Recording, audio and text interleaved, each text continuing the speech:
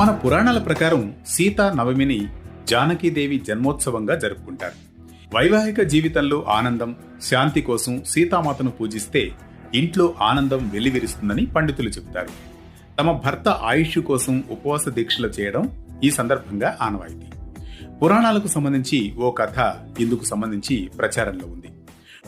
పూర్వం మార్వాడ్ ప్రాంతంలో బ్రహ్మదేవదత్ అనే బ్రాహ్మణుడు నివసించేవాడట.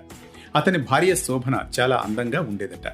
ఓవైపు బ్రహ్మదేవదత్ పూజలు చేస్తూ పుణ్యకార్యాల్లో మునిగిపోతూ ఉంటే, మరోవైపు అతని భార్య శోభన మాత్రం ప్రపంచంలోనే తానే అందగత్తెనని గర్వపడుతూ ఉండేదట.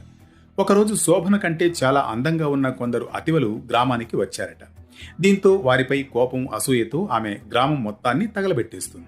కాలక్రమంలో ఆ బ్రాహ్మణి కూడా మరణిస్తుంది.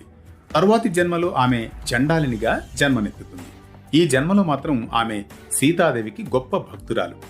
ఒకరోజు సీతామాత విగ్రహం ముందు చండాలి తన కష్టాలను చెప్పుకుంటుంది.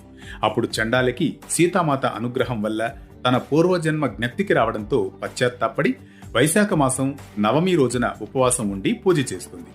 దీంతో తన పాపాలను పోగొట్టుకుంటుంది. అప్పటి నుంచి సీతా నవమి రోజున సీతాదేవిని పూజించడం మొదలైందంటారు.